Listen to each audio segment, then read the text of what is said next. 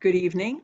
I'm Terry Swartz-Russell. I am the Director of Family and Adult Education at Temple Emmanuel.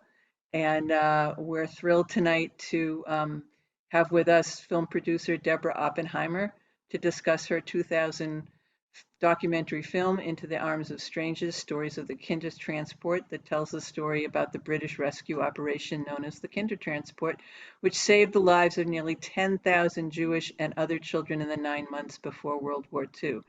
Just to be very clear, we are not showing the whole film. We will tell you how to access that. Deborah will be showing clips and talking about it. And we're also going to keep everybody on mute. And when we get to the Q&A, we're going to do that because we have a large crowd. We're going to ask everybody to write their questions and comments in the chat, which I and Stan Steinberg will be monitoring, and we'll read your comments. So please be very clear. So we're not going to ask anybody to unmute, and et cetera. And that's how the evening's going to play out. Deborah's going to speak for a while, and then we'll take questions. So a little bit of introduction about our speaker, Deborah Oppenheimer. She made her feature film debut with this Oscar-winning documentary that was selected by the Library of Congress in December 2014 for inclusion in the National Film Registry. The film received numerous accolades, including winning the Academy Award for Best Documentary Feature. In recognition of her work and the companion book she co-authored, the White House appointed her twice to the Governing Council of the United States Holocaust Memorial Museum in Washington, D.C.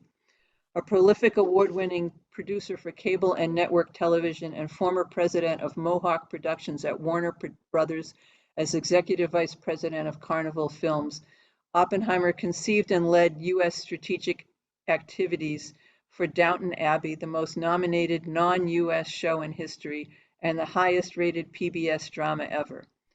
Deborah's most recent film is Foster, a feature-length film documentary on foster care that can be seen on HBO. In addition to her film work, Oppenheimer has mentored for 28 years a former foster child who served in the U.S. Marines Corps, did a tour of duty in Iraq, and is now enrolled in college. And she's also volunteered as a cuddler in the newborn and infant critical care unit of Children's Hospital, Los Angeles. I'm going to welcome Deborah and welcome all of you for coming tonight, and I'm going to turn it over to Deborah to begin tonight's presentation. So thank you very much, Terry. I've told you directly many times, but I'd love to tell your audience how pleasant and impressive and efficient it's been working all of this out with you. And thank you to Stan, and thank you to Caitlin, who's going to get us through this all tonight, and to Sandy Goldstein also, who I think was the, who instigated all of this. I do want to say hello to David Lowe and thank you for watching tonight, because I do remember being in touch with you, and my parents knew your mom from Lake Oskalona. So we'll get past the personal part here, and hello to my cousin and her family too. I know your time is valuable. We all have lots of choices to make about how we spend our time. So thank you for tuning in now and spending your time with me. I think the best thing to do to start this off is to show you the trailer. So for those of you who haven't seen it, you'll get an idea of the tone and the feel of the movie. And I hope for those of you who haven't seen it that you will see it. It was a labor of love for me and a fabulous experience. So I hope you'll get to see this film. So Caitlin, why don't we show the trailer?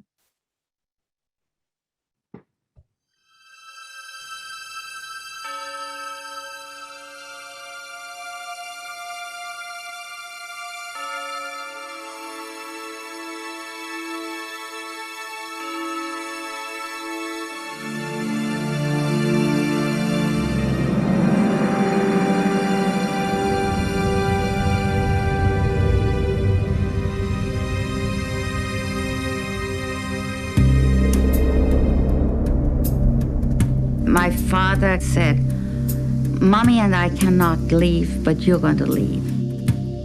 You're going to England, he said.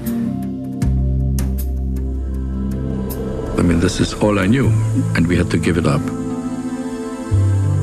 Every parent promised their child, we will soon come and follow. How otherwise did the parents get the little children onto the trains?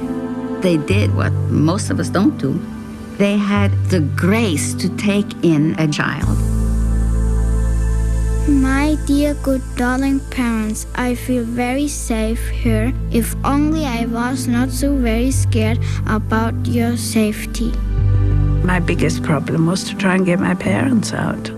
We yearn to get away from here. It'll be a difficult task for you. Before long, I had a list of people whom I, at 10 years old, had promised to save from Hitler. I remember trying hard to believe that we really will come back.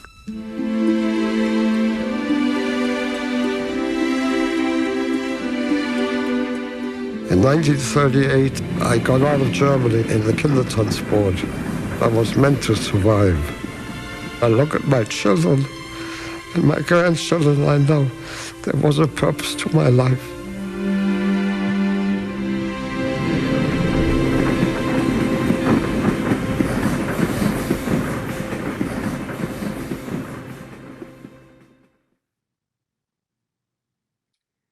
So this weekend, this Sunday, will be 21 years since we won the Oscar, and I'll certainly be watching the Oscars again to see whose turn it is this time.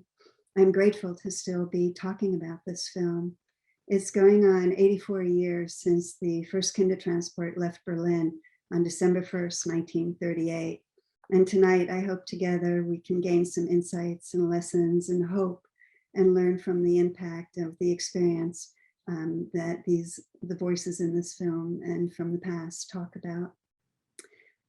I can't see all of you because I'm just on one screen right now, but I wonder whether there are, other than David, any children of the KinderTransport or family members of Holocaust survivors or victims or people who have been touched by these experiences. And if so, I'm very glad you could be with us. The event that precipitated the KinderTransport was Kristallnacht on November 9th and 10th, 1938. Germany, Austria, Sudetenland region of Czechoslovakia all saw the systematic destruction and setting on fire of 7,500 businesses and homes and synagogues. There were 30,000 men and boys who were arrested and taken away to the early concentration camps, and 91 Jews murdered. There had been efforts underway in Great Britain to save the children, efforts that were done by the Quakers and Christians and Jews. And the Kristallnacht is what finally galvanized action. And within weeks, Britain started taking in children from infancy to 17 years old, from Germany, Austria, Czechoslovakia, and Danzig.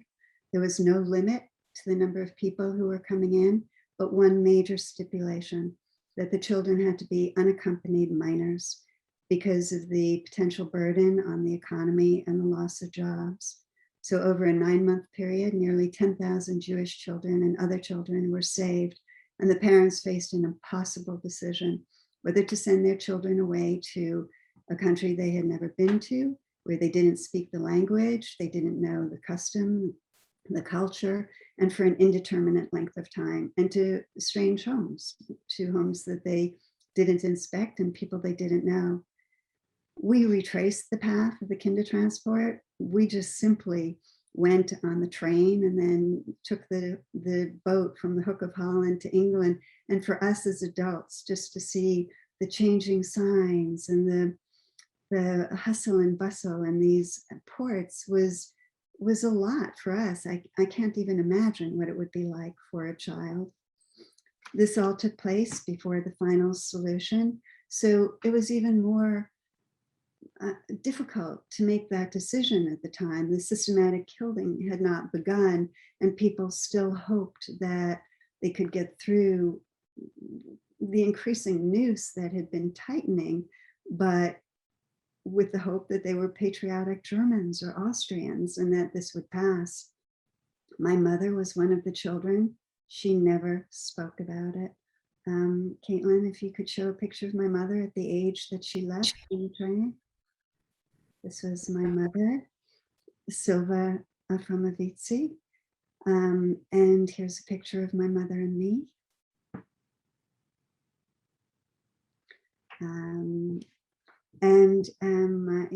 My mother's parents, my grandparents, Avram and Altabazia Afromovitsi, who you see here, celebrated my mother's 11th birthday on July 24th, 1939. Her gift was a Mont Blanc pen and pencil set in a red leather children's case that was very typical of that at that time for a school child. They put her on a train, everybody fully expected to be reunited, and she never saw them again. In May 1942, they were deported from Chemnitz, Germany, near Dresden, in the east, to Lublin, Poland, and from there to the extermination camp Belzec. They were killed upon arrival, and only 2 people survived that camp. The Nazis blew it up at the end of the war. I never heard about the KinderTransport outside my house. I never learned about it in school. I never heard the word. I never talked about it to my friends or my family or my brother or sister or my boyfriends. My mother told me a little bit. 3 things really stood out. She told me that she lived with a lord and lady in a castle, but I didn't have the impression that that was the fairy tale that one might imagine. She told me that she cried herself to sleep every night for 2 years. And she told me at the end of the war, she went to Bloomsbury House, this central place in London, and day after day, she searched the endless posted lists of survivors, hoping to find her parents' names on it. Many, many people have told me about having done this. At the age of 62, she was diagnosed with lung cancer, despite never having held a cigarette or smoked a cigarette. And we knew that we would lose her and that we would lose her stories. So time became very valuable, and I wanted to ask her questions, but I didn't know how to find my way in. And I would try very clumsily, and she would start crying and I would start crying, and I retreated for fear of opening a Pandora's box that my mother did not have the tools to close. Toward the end of her life, she gave me the birthday present, the Mont Blanc fountain pen with her name written in the center of it, in the center of the case. It's one of my most cherished possessions. She passed away at the age of 65 in 1993, and we had been fortunate. We were very shielded from death, and so I took it very hard. There were 2 photos of my grandparents, the photo that you saw, in our living room, but we never talked about it. We never talked about her loss or their death. And we had a dog named Skippy. We called him a Heinz 57. It was a mutt of great magnitude. And one day Skippy was gone. We never talked about where Skippy went. We were told he was living on a farm with a nice family. It was years and years before I figured out what had happened to Skippy. But during the mourning period, during the Shiva, my father came to me with a stack of envelopes. And they were those tissue thin, the tissue thin stationery of the type from a long time ago with beautiful fountain pen writing. And he said to me, "You're sentimental, you might want these." And they were letters that my mother had hidden, that even he didn't know about, that her parents had written every day after first putting her on the train. And so from those letters, we could discern the date of her departure, which was the start of the 2nd week of August, 1939, which meant just a few weeks later, she would not have been able to get on the KinderTransport. It ended with the outbreak of war. And it had names of residences, of Hackney Hostel, which was the hostel she lived in when she first arrived, and Cockley Clyde, which we understood very quickly was the castle into which she had been taken. Those letters inspired a letter sequence that is in the film. And we also discovered at some point photos of my grandparents, and on the back of it, it had their deportation date. I didn't know at the time that it was the deportation date, but I later found a list from the city that had been compiled of of this big deportation that happened. And I thought, what did my mother think of that photo? What did she think of that date? And who wrote that date on the back? We had a big fire in my house when I was 16 years old, and part of what was destroyed was the storage area. I never thought or knew to ask, were the things from my mother's British life or her German life that got lost in that fire? So with the loss of my mother, I no longer had to be fearful of hurting her. And I decided, as a way of dealing with my grief, to go in search of what was her story, what was my grandparents' story, and what was the KinderTransport. And when I first started making phone calls around, I would call people and say, I want to talk to them. I wanted to talk to them about the KinderTransport. And they would respond to me, kidney transplant. The information that we were able to find in reference books and in the library was really meager. It took up maybe this much of one typewritten page. But then one night I got invited to a charity dinner by a friend of mine where her father-in-law was being honored, and Margaret Thatcher, former Prime Minister of Britain, was giving him a plaque. I'm not sure why my friend invited me, but I went, and at some point they showed archival footage of the KinderTransport, this grainy black and white footage that our film is filled with. And I realized it was KinderTransport footage, and I was just peering into these images, wondering, would I recognize my mother? Was my mother captured in those images? And then they asked all the KinderTransport survivors in the audience to stand, and 2 or 3 tables of silver and gray-haired people stood up, and I thought, it was like the Loch Ness Monster or the Easter Bunny coming to life, this thing that you never knew existed. And I thought, well, they're real, and they speak to each other, and they're sitting with each other. And so I came back to my office the next day. I was producing all these situation comedies for Warner Brothers. And I said to my assistant, we should look up K in the phone book, which existed at the time. Let's look up KinderTransport in the phone book. And sure enough, we found this guy, Eddie Nussbaum, who was the head of the Southern California chapter of the KinderTransport Association, and he lived really close to me. So I called him up and brought him some Hamantaschen. It was around this time of year. And I arrived, and he had a whole table filled with materials for me. He was very generous spirited toward me, although he was really tough on me. He wanted to know why I didn't know more about my mother, why I couldn't answer lots of questions that he had for me. And that was very painful for me. But on this table was Bertha Leverton's book, I Came Alone, which was one of the earliest compilations of KinderTransport stories. There was the name of Amy Gottlieb, who was an historian in Great Britain, who happened to be walking down the street one day, and she found tossed in the garbage KinderTransport files, which she retrieved and rescued, and wound up disseminating to people whose family members they represented. And he gave me the application to the 60th anniversary reunion of the KinderTransport that was going to be happening in London in December 1998. And I thought, I wonder if I'm supposed to be there with a camera. And that set some little something off in my mind. I filled it out as best as I could. It was geared toward the survivor. Wanted to know your name, your maiden name, your birth date, your place of birth, where your residence is in Great Britain. And so I was able to fill out the date and my mother's maiden name, and I was able to fill out Hackney Hostel and Cockley Clay, which we knew because of the letters. And I mailed it off to some post office box in New York. And the final thing that Eddie gave me was the name of Kurt Goldberger, who was the president of the KinderTransport Association of America.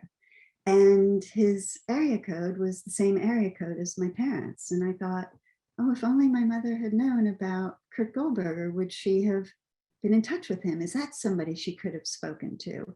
Because in the course of my research, I reached out to everybody, to see if she had ever spoken to them about it. Her best friend, my father, my aunt, everyone. She never spoke about it to anyone. So I thought, well, maybe Kurt. And so my mother's story informs a lot of Into the Arms of Strangers, but she's not in the movie. And eventually I found the time to call Kurt. I wanted to have plenty of time. I had to take into account the time difference to New York. I wanted to be prepared and able to take notes. And I called, and a woman answered the phone, and I said hello. And the voice was very familiar to me. It was German, tinged with British, tinged with American, softened by being in America. And I said, hello, can I please speak to Kurt Goldberger? And she said, yes, may I ask who's calling? And I said, my name is Debbie Oppenheimer. And she said, I know exactly who you are. I lived at Hackney Hostel in Cockley Cly with your mother. So the application for the KinderTransport, the post office box belonged to Kurt and Margaret, and it had gone to them. And Kurt certainly knew where his wife had stayed. And so he showed it to her, and she was in the process of writing me a letter. And I got to her before she could send it out. That first reunion 34 years ago in 1988 was started by Bertha Leverton, the author of, and the author of I Came Alone. And the reason she started it was because she realized it was the 50th anniversary of their departure, of the departure of the first train. And she looked at her 14-year-old grandson, who was around the age that she was when she departed. And she thought, no one knows the story. So she organized what she thought was a small event, and 1,000 survivors and their family members turned up. And it started the reunion movement, which has continued to this day in one form or another. And after the reunion, parents spoke to children, grandparents talked to grandchildren, and some people started speaking in classrooms and in schools. There had been and has been a modesty to the KinderTransport survivors. They know the far greater fate that many other people suffered, including their loved ones.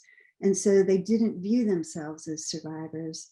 But I'm here to say that Yad Vashem and the United States Holocaust Memorial Museum and Steven Spielberg Shoah Foundation all view KinderTransport survivors as survivors.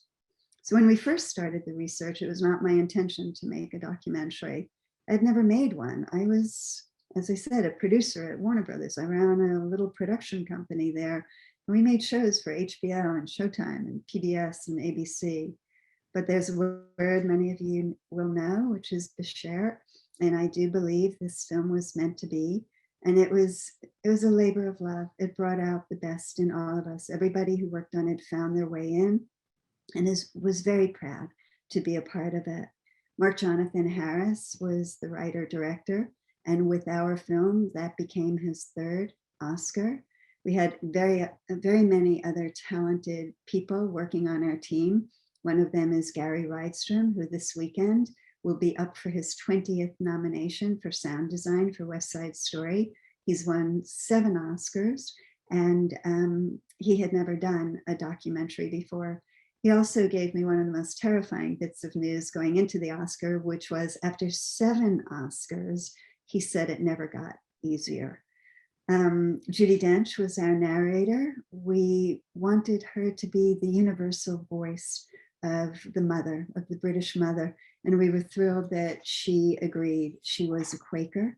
And during the big evacuation of all children out of London in anticipation of the bombing of London, her husband was one of the children who was evacuated. So Judi Dench found her own way into the film.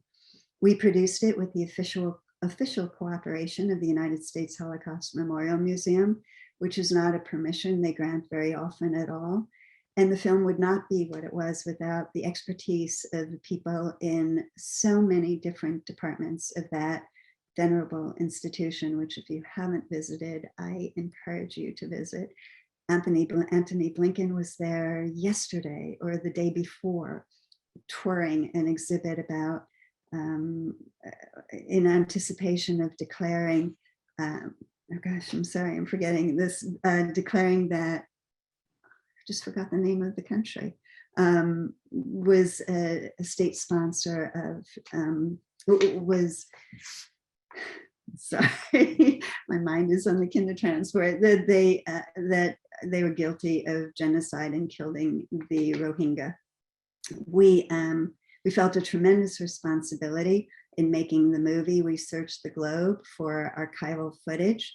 we didn't want to make any errors because we believed that there were some people who would not learn about the KinderTransport from any other source. People wonder why the survivors spoke to us. And I think it was that they recognized my name was very German. I told them from the start that my mother had been rescued from the KinderTransport and explained her unwillingness to talk about it, which they understood.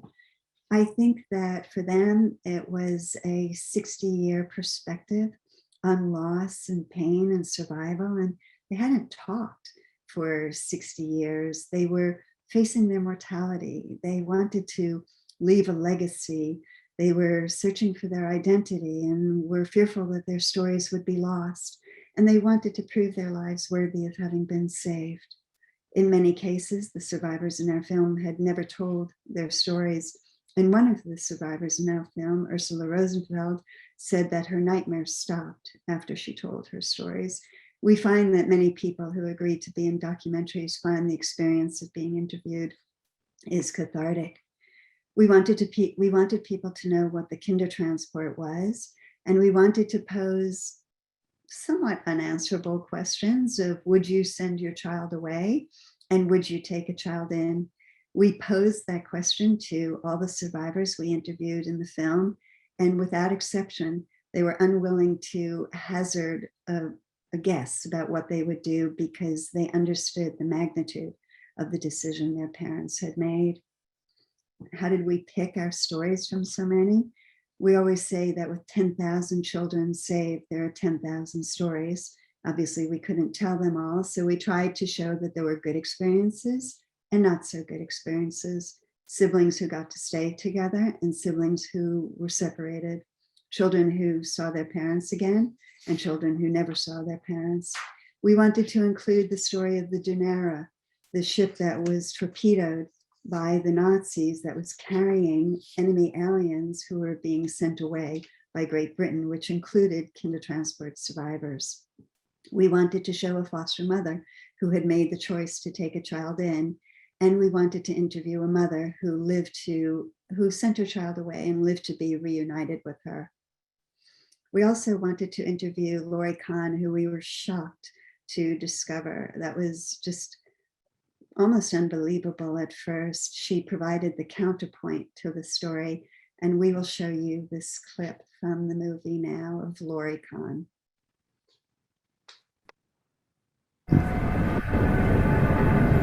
My father, every day he said, Puppela, I don't want you to go, but I want you to go because it'll be good for you. The day came and we went. My mother and dad went with me inside the train and put my suitcase up.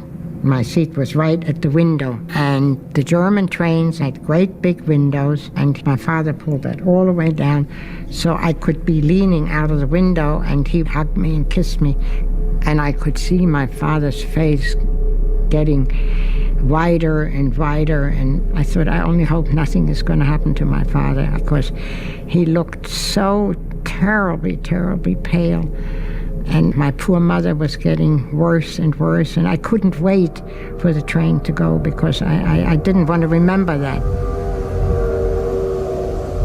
And the guy came and he waved the signal. When the train started to go, my father says, Puppela, let me hold your hands. And I held my hands and I said, I have to let go, I have to let go. No, no, no, no, I don't want you to go, I don't want you to go. And we were already, my father couldn't walk very fast because he walked on a cane, and we went already a little bit and a little bit more. And he took me by my hands and he pulled me out of the window. And I fell. I could have fallen in between the platform and the train was like about that much of a space. I didn't, but I got hurt and I was bleeding, and I was devastated, absolutely devastated. And my father was in seventh heaven, that he had his little Puppela, his little girl back.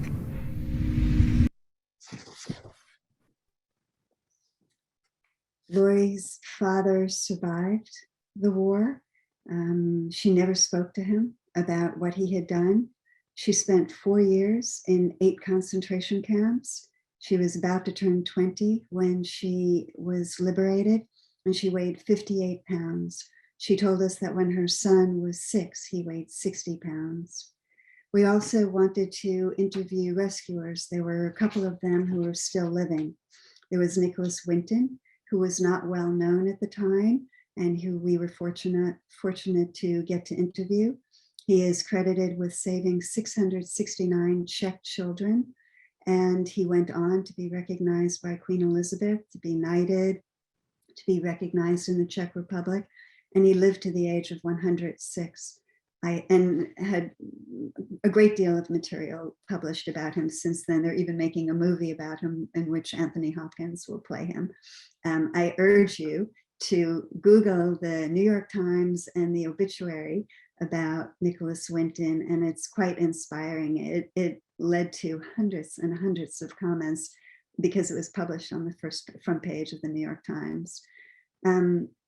Before I mention the last person we interviewed, I have to correct my error, my embarrassing error. Antony Blinken was at the US Holocaust Museum 2 days ago to speak about Burma and to declare that genocide was being committed there by the military and crimes against humanity. Thank you. The final person that we interviewed in our film was a man named Norbert Wohlheim. And we found out about him through many sources. We heard about him from the US Holocaust Memorial Museum. We heard about him from friends of his in Berlin. We had cast a very wide net to find people. And without exception, including his wife, they kept saying, you have to hurry, you have to hurry, he's not well. And so we were able to raise the funding to go to New York and interview Norbert Wohlheim. And he was fantastic. He was, well, if you see the film, you'll see he was incredible. And 5 weeks later, he passed away. And on that same day that I learned that he passed away, we lost the funding from the film. I was just returning from doing the Drew Carey show in China. And we learned that we had these 2 terrible losses. And I can assure you that Norbert Wohlheim's loss was way greater. His wife said he rallied himself for one final testimony, and having accomplished it, felt sufficiently at peace to let go. Norbert was an extraordinary man. He was a social worker in Berlin, and he was persuaded to help organize the wild administration of getting these children out. He had a child and he had a wife, and he escorted multiple KinderTransports to Britain and where he could have stayed and escaped, and he came back so as not to endanger the effort or his family. And in the end, he's credited for having contributed to the rescue of 6,000 children, but he, his wife, and child were deported and sent to Auschwitz. And at the selection, they went one way and he went the other, and he was unable to save his own child. He did bring the first class action suit against IG Farben for slave labor and won a $6.43 million settlement. We couldn't make the film today. Of the people we interviewed in the film, only 2 people are still alive. Lori Siegel, an author, fantastic author, and Robert Sugar.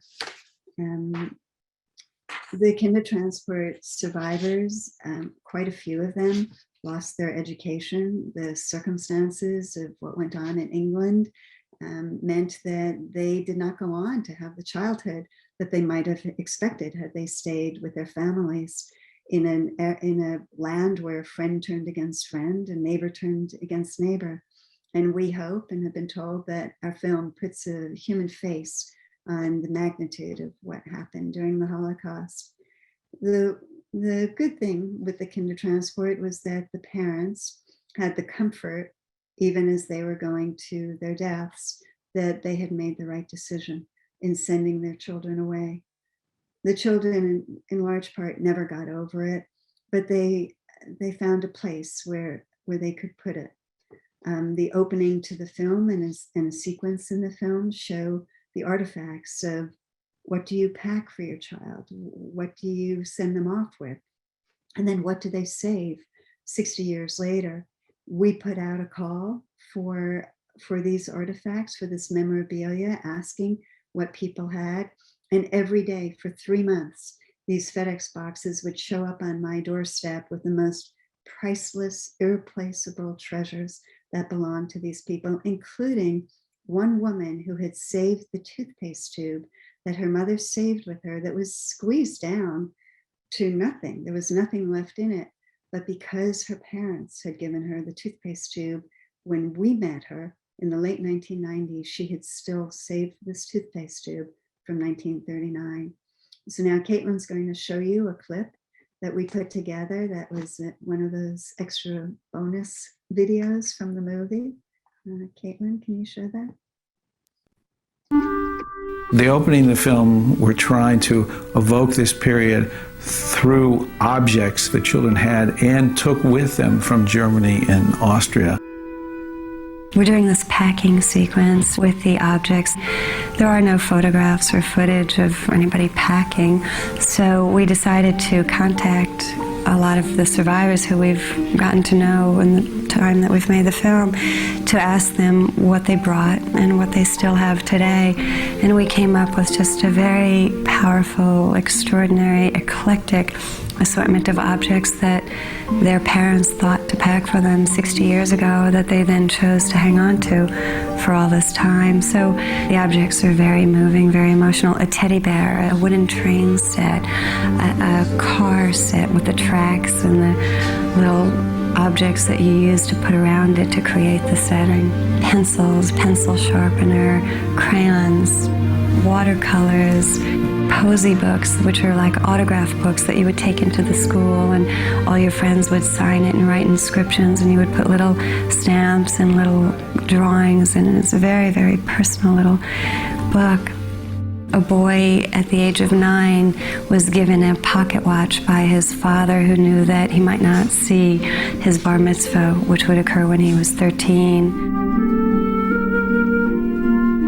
We have a little satin case, and when you open it up, there are collars and embroidered linens. Everything is embroidered. All the children have written their names inside in their own hand.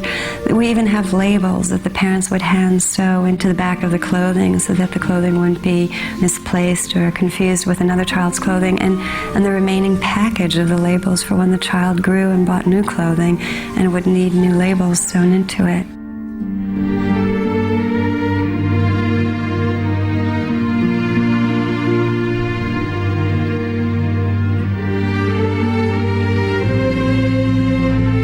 Would you choose to put in your child's suitcase when you were limited to how much they could pack?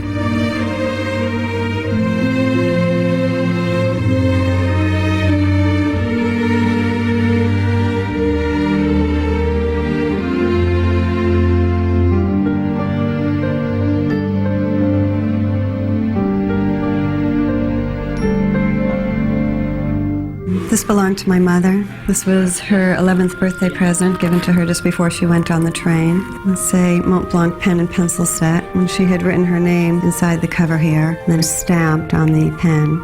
This is the only thing she really had of her childhood. It's a museum collection of objects, and the idea that people would put their most precious possessions that you can't put a value on into a FedEx box and ship it to us is such an act of trust that we're so grateful for. I think it's extraordinary, but I think that the survivors view themselves very modestly. They don't use the word survivor to describe themselves. They're very sensitive about the idea that they did not have to go through concentration camps. They did not suffer that fate. They lived. And I think the idea of honoring their parents and honoring the people who took them in and honoring England, who had opened their doors to them and taken these children, was very important to them. And that's why they would participate, and that's why they would loan us their objects. I find it to be very moving and very powerful and extremely inspirational. I'm very inspired by these people.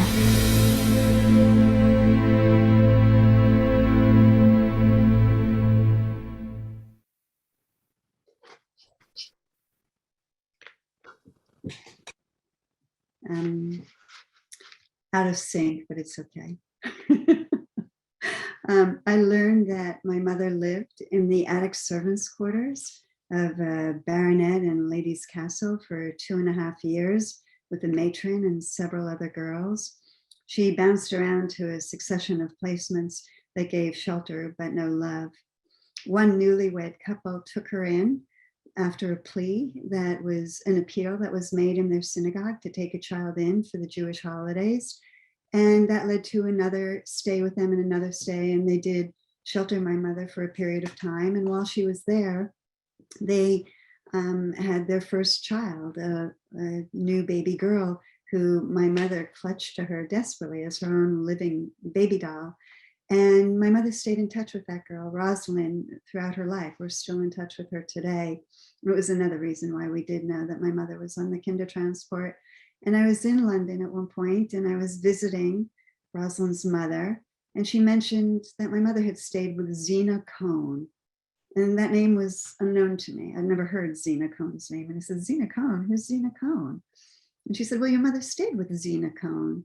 And I said, well, do you know how to reach Zena Cohn? And she said, well, yeah, she lives around the corner. Here's her phone number. So I called Zena Cohn. She got on the phone, and I identified myself, who my mother was. And I said, I understand my mother stayed with you. And she said, yes. And I said, do you know when she came? And she said, no. And I said, do you know the circumstances under which she came? And she said, no. And I said, do you know how long she stayed? And she said, no. And I thought, okay, I'm not getting very far with this. And she said, but I have her shoe trees. She left her shoe trees here, and I have them in the closet. And so I ran over and I got my mother's shoe trees. She knew nothing about my mother. She couldn't remember anything, but she very kindly hung on to my mother's shoe trees for 60 years. I learned that finding a parents was not the solution. I always thought, oh, if only if my mother's parents had survived, maybe that would have been okay. Maybe that would have been better. But for the children of the KinderTransport, for some of them who were reunited with their parents, some waited many, many years, and the parental bonds were broken. There was trauma. There were attachment issues. Eva Heyman in our movie talks about it and says, it's only 6 years of a very long life, but those 6 years will affect the rest of your life. Much has come about as a result of this film. The KinderTransport has entered the lexicon. I don't have any expectations that everybody has seen the film, but these days when I mention the KinderTransport, the response I get is not kidney transplant. Generally, people do recognize the word. The Encyclopedia Judaica now has an entry on the KinderTransport. Our film was translated into 25 languages. At the 2001 Oscars, when Samuel Jackson announced that we had won the award for Best Documentary Film, over 1 billion people in 150 countries heard the word KinderTransport. I think we're going to give you a glimpse of what that evening was like. Caitlin? And the Oscar goes to Into the Arms of Strangers, Stories of the KinderTransport, Mark Jonathan Harris and Deborah Oppenheimer. This is the first Academy Award and nomination for Deborah Oppenheimer. This is the second Academy Award for Mark Jonathan Harris. He won an Oscar for Best Documentary Short Subject in 1967 for The Redwoods.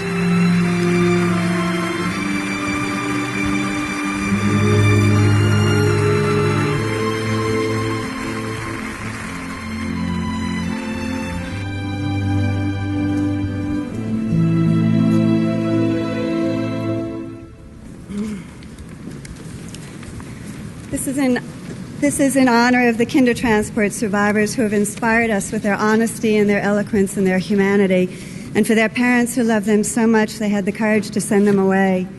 The film is in memory of my mother, who was one of the 10,000 children, and my grandparents, whom she never saw again. We'd like to thank everybody at Warner Brothers for their extraordinary leap of faith, particularly Barry Meyer, Jerry Levin, and Bruce Rosenblum, as well as Dan Feldman. And I'd like to thank my family, my friends, my colleagues, and my partner, Bruce Halford. And I'd like to thank our wonderful team, particularly Kate Amon, Don Lenzer, Lee Holdridge, Gary Rydstrom, Dame Judi Dench, and my lovely wife. It's been a great privilege as a documentarian to share the pain and triumph of the people in our film. They've enriched all our lives. Thank you.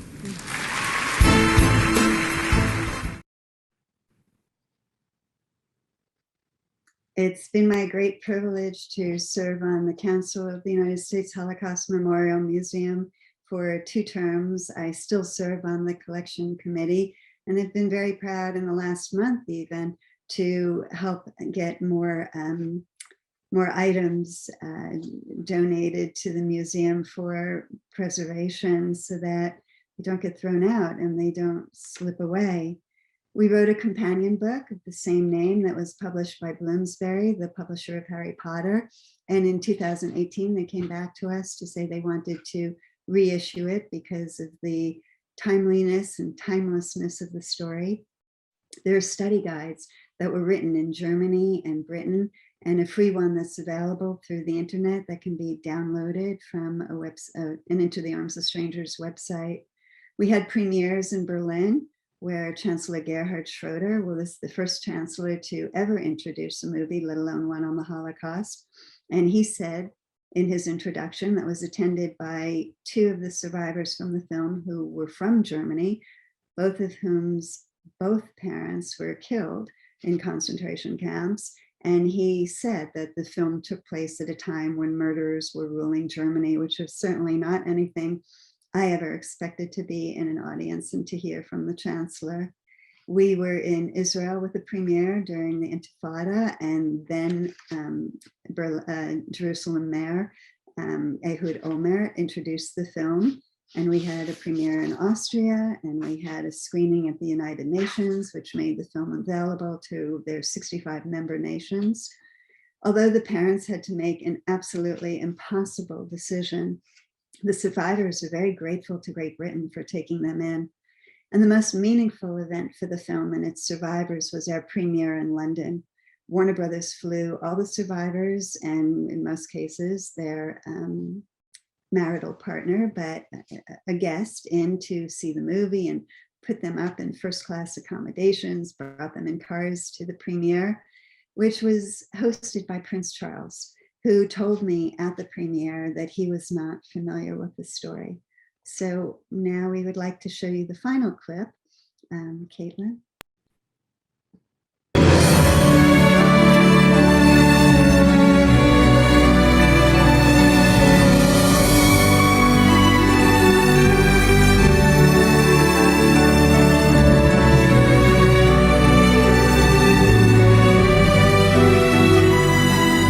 Very gratifying. They're great fun, and 14 of them are here tonight. They've come all the way from New Zealand to see my wrinkled face on the screen. Great Britain was the only country willing to open its doors. There was no other nation willing to take in the children. By being here tonight, he honors the 10,000 children and their parents and the people who did so much to save them. Well, I came from New Jersey, America. I didn't realize that I was going to get 15 minutes worth of fame. It's wonderful to meet so many of them over the years, and it is really, I'm very, very happy to be here tonight. You see the resilience of children and the humanity of these survivors and the humanity of the British who were able to take them in is also very inspiring. For me, it's a lovely occasion because I've come to see my sister who's come all the way from New Zealand. We just searched the world. We have a woman here from Israel. We have people from the United States, people from various parts of Britain. One of our rescuers is 92 years old. One of our surviving mothers who's in the film is 95 years old. So the people who we were able to find are quite extraordinary and very rare. You know, this is a once-in-a-lifetime thing. It's certainly something I wouldn't want to miss. And also, I like to see my foster brother as often as possible. He lives in London, and I live in New York. It's a ways. I always liked London. It's a little mystical. To see about a dozen of us there is just great. We know we have this in common, and there's this bond between us. I think it's a most wonderful film. I am really honored to be here. It's quite important, that people know what happened and how good England was to take us in. It was a sort of horrible time and magical time, because without the kindness of others, we certainly wouldn't be here.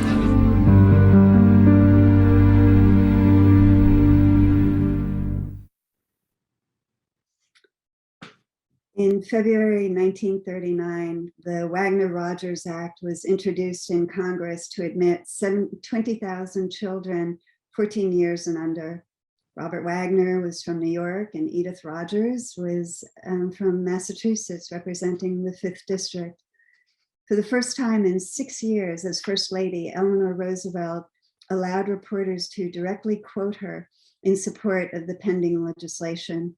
Referring to the KinderTransport, she said, "England, France, and the Scandinavian countries are taking their share of these children, and I think we should." She referred to the bill as a wise way to do a humanitarian act. FDR never publicly commented on the bill. It died in committee. The irony is, if my mother had told me her story, I never would have made the film. Sarah Bloomfield, the director of the United States Holocaust Memorial Museum, at our world premiere there at the museum, said that the KinderTransport was a tiny glimmer of hope during an enormous catastrophe, that it happened is cause for hope, that it was tiny is cause for concern. 1.5 million children were killed in the Holocaust. 10,000 children were saved by the KinderTransport. 2 of those 10,000 went on to win the Nobel Prize. Arno Penzias at Stanford for physics in 1978, and Walter Kohn for chemistry in 1998. The loss is incalculable. And now I think we should move on to questions.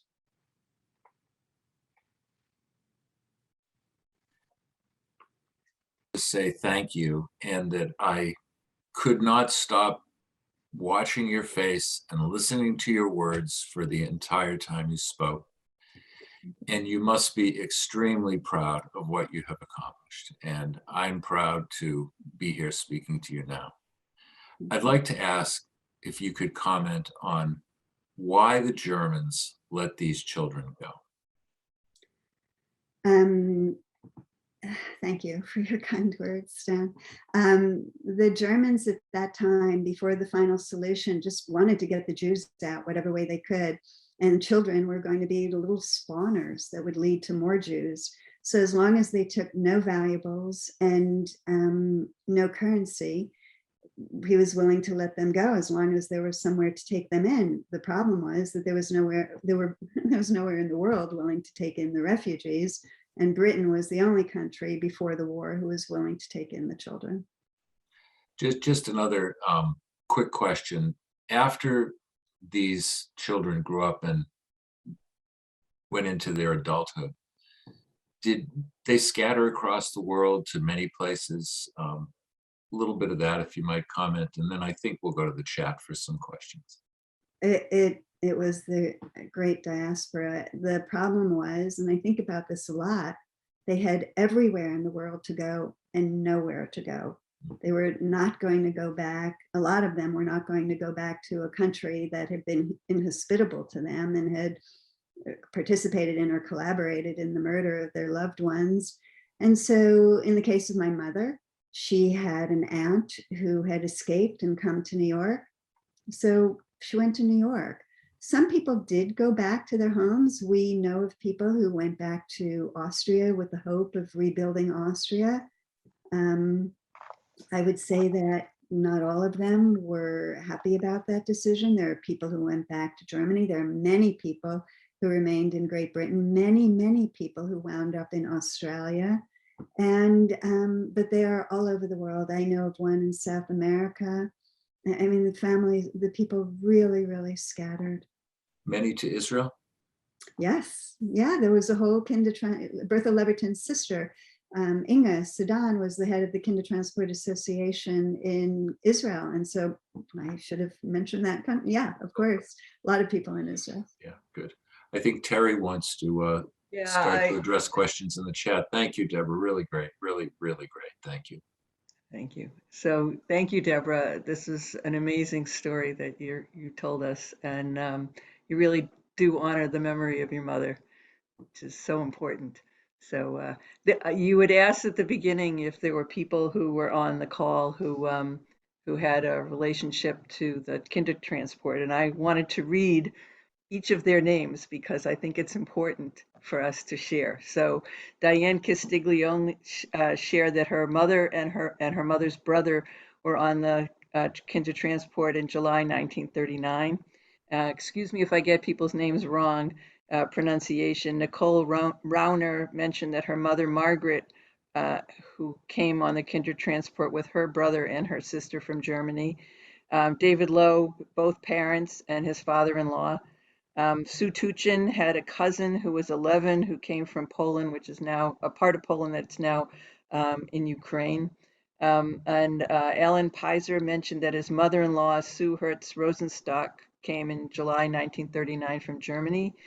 And Annette Baker mentioned that her father came as well. So I think we honor their memories as well. And Nancy Kolisch also just told us that Stephen, Eva, and Peter Kolisch from Baden outside of Vienna, and Stephen was her father. So I knew there's quite a lot of people, and thank you for sharing your stories and your parents and families with us. And Valerie and Arnie said that my father Rudy Lowenstein and his brothers. So there's quite a lot of people. A couple of questions we can move on to now is how many of the Jewish children remain Jewish? That's if there's a number for that, I don't know that number. So that was a very mixed situation. Some of the families, like in the case of Kurt Fuchel, who's in our movie, the family who took him in, Miriam Cohen, who's in the movie, was incredibly respectful and never tried to usurp his parents. But in other cases, I think there weren't enough Jewish families that came forward, and it all happened so quickly they couldn't find enough people. Nicholas Winton suffered tremendous abuse and accusations because he placed some children with Christadelphians who were dedicated to converting the children, and there were people who were really angry at him. And he says in our movie, at least the child was alive at the end of the war. So I don't think in all cases that, and especially for children who were very young and whose parents didn't survive, who weren't of an age where they understood their heritage. So I think that was a very mixed thing, and I don't know the number to that, I'm sorry. Right, you're not supposed to. Nancy asked us, can you mention how it was that the Quakers in England who arranged for the children to come to England? So the Quakers, what were their role? Well, they were all lobbying Parliament to try to get this to happen. There were Quaker groups, there were Christian groups, and there were Jewish groups that understood the increasing threat to the Jews under the Nazis, especially with the Nuremberg laws and loss of the ability to work, of all kinds of things, all the Nuremberg laws. And so these groups could see the handwriting, and they were working together and helping and lobbying. And then finally, when Kristallnacht happened, their efforts were taken more seriously and heard. And so they did succeed. And I certainly would not want to give one group or another more credit because they all worked toward it. So David asks, well, first of all, he said, thank you for your work on the film and keeping the story and history alive even now. He thinks that the film is a model for the refugee stories being lived now.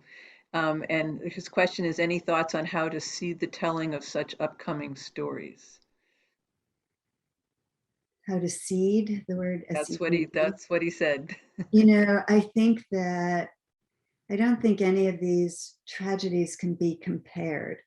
I think that's a very slippery slope to go down, but I certainly am riveted, devastated, glued to what's going on in Ukraine. We know from this 80-year perspective of what this does to a child. And so whether we're separating children from parents at the border, or whether these children are fleeing for their lives, either with or without a mother, a father, a parent, we know the toll that's going to be paid for this. And so I think its attention must be paid. And I think we need to continue to talk about it. There are journalists who are focused on this, and somebody will do a movie about the children of Ukraine some years from now and what became of them and what the impact was. And hopefully their parents will be reunited with them. But yeah, so talking about impacts, can you talk about a couple of questions were the impact that the film had on the subjects, you know, the survivors, the KinderTransport kids who are grown up, and as well as the people who made the film. I mean, you alluded to it. Your partner who accepted the award with you also alluded to it, but can you talk about the impact on people? I'm just going to jump around to the different types of people who took Yes. this movie. So in the case of Warner Brothers, this large studio that does Batman and ER and Friends and all these TV shows and movies, what we found was that person after person after person in their fields, whether it was editing or the trailer or legal services, that they wanted to give of their expertise to us because they were so proud to be working on a film like this, which was a film of greater depth than some of the material they get to work on. With the survivors, it was, as I mentioned, a cathartic experience. Ursula Rosenfeld stopped having her nightmares.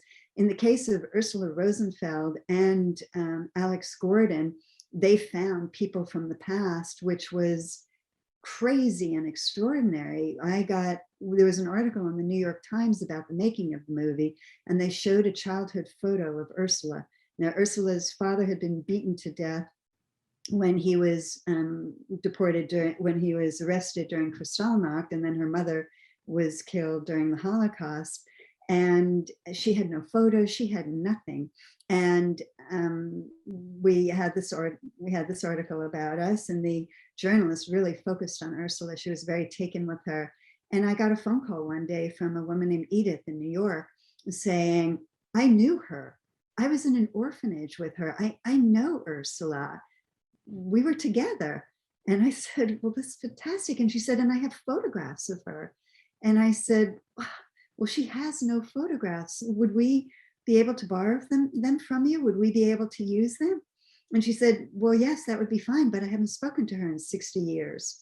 And so we were able to put them together. And Ursula was one of the people who Warner Brothers took around with us for publicity purposes. And it facilitated the two of them, who were both widows and both, having a bit of a void in their lives, being able to find each other and start again with each other. Alex found somebody from the military. Lori Siegel, at the very end of editing, our editor was peering through this footage, and we knew Lori's story. We knew her childhood visage from her photos. We knew her number because we had saved it. She had saved it.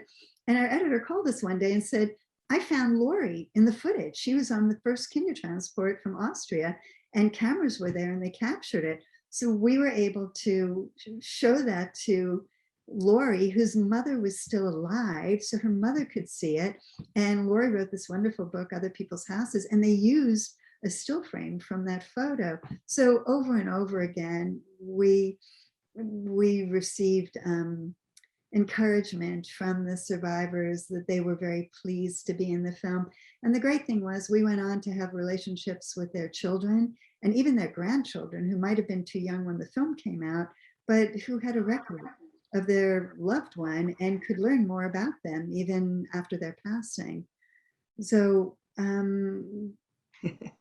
it also sounds like many stories of the impact, and that was a very rewarding thing about the film. So one of the other questions was the impact it had on you, and clearly you've got a whole new family. But you can tell us more if you'd like. I think of these people on Yom Kippur when I'm thinking about those who are no longer with us. I think about them. I think about their parents. I love them. You know, going back and seeing this, I cared so much about them. It was like having lots of aunts and uncles. I got to wake up every morning feeling like my life had purpose. And although I went right back into sitcoms crazily after winning the Oscar, I did go on to search for other projects of meaning. And right now my life is filled with projects that I care about, that mean something to me. And I would say that, I haven't told this story in a long time, on the day of the Oscars, on the night of the Oscars, I had a makeup person at my house, and I had a hair person at my house, and I had to think about what I might say if I won, because a girlfriend of mine said, you have a 1 in 5 chance of winning. Don't get up there and say, oh, I never thought this was going to happen. Think about it.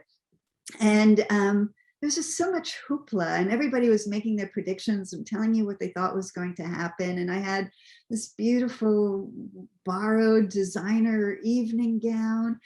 And I thought, I didn't make this movie about awards and parties and pageantry.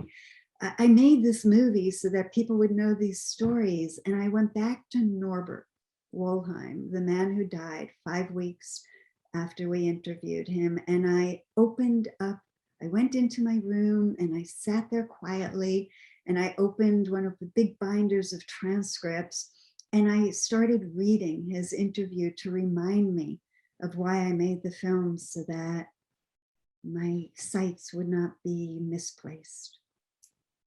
I'm overwhelmed, but I do, since I'm also a movie buff, I do hear that you have something you want to show us. So I have something you want me to show you, but I want you to show us, because I don't know too many people that have one of these in their house. Especially this week as we go into the awards. Right. So it's very heavy. It's 10 pounds. And when you make the round, so there's this thing called the Vanity Fair party, which was like the hottest party in my year. And everybody's lining the streets, and there's security, and it's crazy.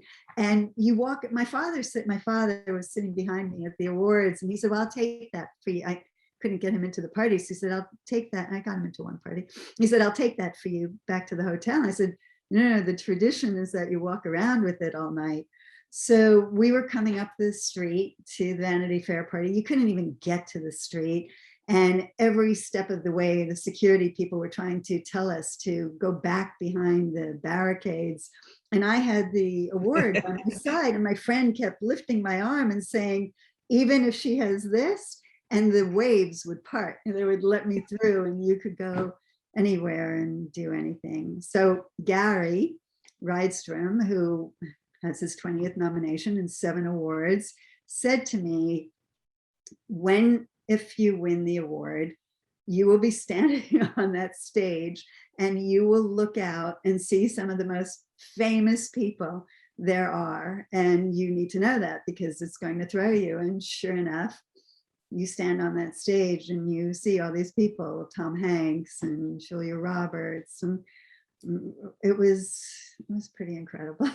Yeah, but you also stood on that stage and carried the names and the weight and the, of all the people that the 10,000 children, which is really important. So yeah, you can weigh the two of them. So my regret that I'm holding on to for more than 20 years is that we were so grateful to Judi Dench for being the narrator, and she took it so seriously, and she was so earnest, and we exchanged flowers and beautiful notes afterwards. And as I walked up the aisle, you're out of your body. I mean, it's just otherworldly. You're out of your mind, but your name has just been called. And I never saw her sitting right there on the aisle. And to this They day, showed her. I Yeah. regret that I didn't stop and hug her and say thank you again. At least Mark thanked her and they cut to a shot of her. But to this day, I'm still hanging on to it that I did not thank Judi Dench. I'm sure she felt thanked. I just want to go back. There's a few more people that mentioned that they have relatives or friends or Great. or who are on the KinderTransport. So Ellen mentions that Rudy Jondorf was on the KinderTransport and his wife Margot is on this tonight's program. So we honor his memory as well. It's so important that we say these names. Exactly, So exactly. glad that we're doing this. I just want a couple of other things. It's not a commercial, but people are asking how they can see the entire film. Yes. So do you want to explain that or should I just read? No, I can tell you. You can Okay. see it on HBO Max. It's there. And then for a small fee, you can see it on Amazon and Apple and Hulu and Google and Vudu. So I think if you Google it, you'll find it, Yeah, if you somewhere Google where Into it's the Arms of Strangers, it pops up and it shows you right. how to watch it. So Valerie asks and Arnie asks, do you have any plans to do any additional projects on the Holocaust? I do. I can't. Tell us.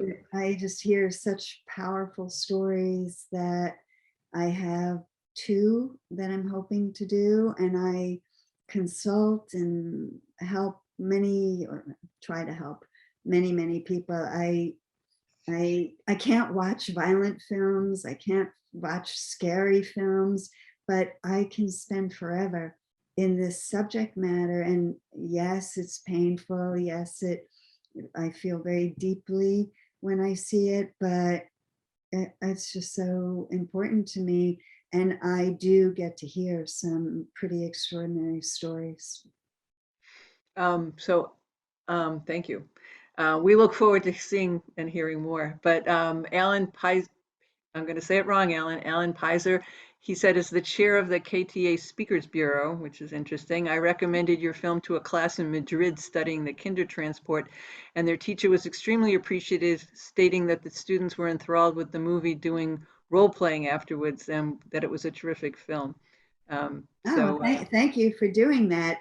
You're reminding me that during the pandemic, I Zoomed with Russia and talked about both of my documentaries. And I also during the Zoom, during the pandemic, Zoomed with 4 classes of a Catholic school in Pennsylvania who were studying the Holocaust in school. And they had the best questions. They're fantastic.